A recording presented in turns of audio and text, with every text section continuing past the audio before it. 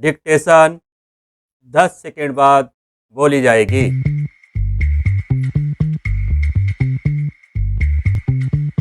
5 second. Ready, start. Gaza पर Israel के हमला शुरू करने के 5.5 महीने बाद 25 मार्च को संयुक्त राष्ट्र सुरक्षा परिषद ने फौरन संघर्ष विराम और हमास द्वारा सभी बंधकों की रिहाई का आह्वान किया। इस बीच 32,000 फिलिस्तीनी मारे जा चुके हैं, अन्य 74,000 जख्मी हुए हैं। गाजा की 90% से ज़्यादा आबादी विस्थापित हो चुकी है और उनमें से लगभग सभी एक भयावह भूखमरी के संकट में धकेल दिए गए हैं। गाजा में फौरन संघर्ष विराम के लिए संयुक्त राष्ट्र में इससे पहले आए हर प्रस्ताव पर वीटो लगाने वाला अमेरिका इस बार मतदान से अलग रहा। यह इस युद्ध को लेकर बाइडेन प्रशासन की नीति में बदलाव का इशारा करता है। ब्रिटेन समेत संयुक्त राष्ट्र सुरक्षा परिषद के सभी दूसरे सदस्यों ने, जिन्होंने हाल तक संघर्ष विराम का समर्थन करने के आह्वान का विरोध किया था, प्रस्ताव के पक्ष में मतदान किया। इजराइल ने गुस्से से भरी प्रतिक्रिया देते हुए प्रधानमंत्री बेंजामिन नेतन्याहू के 2 करीबी कैबिनेट सहयोगियों की वाशिंगटन की पूर्व निर्धारित यात्रा रद्द कर दी और संघर्ष विराम के लिए बंधकों की रिहाई की शर्त नहीं लगाने वाले चीन और रूस द्वारा समर्थित प्रस्ताव की कड़ी आलोचना की। लेकिन इस गुस्से और भड़ास के पीछे इजराइल की कमजोरी छिपी है। इजरायली नेताओं ने हाल के सप्ताहों में बार बार कहा कि रफा पर जल्द आक्रमण होने वाला है। इस सबसे दक्षिणी कस्बे में लगभग 14 लाख फिलिस्तीनी ठुसे हुए हैं।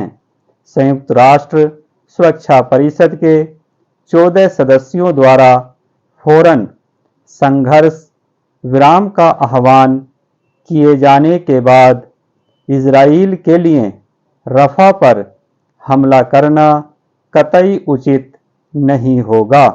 यह हमला एक और खून खराबे में बदल सकता है। ताज़ा युद्ध 7 अक्टूबर को हमास के सीमा पार हमले के बाद भड़का, जिसमें कम से कम 1200 इजरायली मारे गए थे। उस दिन दुनिया की हमदर्दी और एकजुटता इजराइल के साथ थी, लेकिन इसके बाद कुछ महीनों में इजराइल ने हमास की करतूत के लिए गाजा की पूरी आबादी को दंडित करने के लिए जो किया, उसने अंतर्राष्ट्रीय जनमत उसके खिलाफ कर दिया। अगर इजराइल इस स्थिति का एक वस्तुनिष्ठ आकलन करता है तो उसे संयुक्त राष्ट्र सुरक्षा परिषद के प्रस्ताव का तुरंत पालन करना चाहिए और संघर्ष विराम घोषित करना चाहिए। पिछले 7 अक्टूबर का हमला एक बड़ी खुफिया और सुरक्षा चूक थी, जिसके लिए नेतन्याहू को जिम्मेदारी लेनी चाहिए। ऐसा करने के बजाय वह पूरी ताकत से जंग में कूद पड़े, वह भी हासिल करने योग्य लक्ष्य तय किए बिना।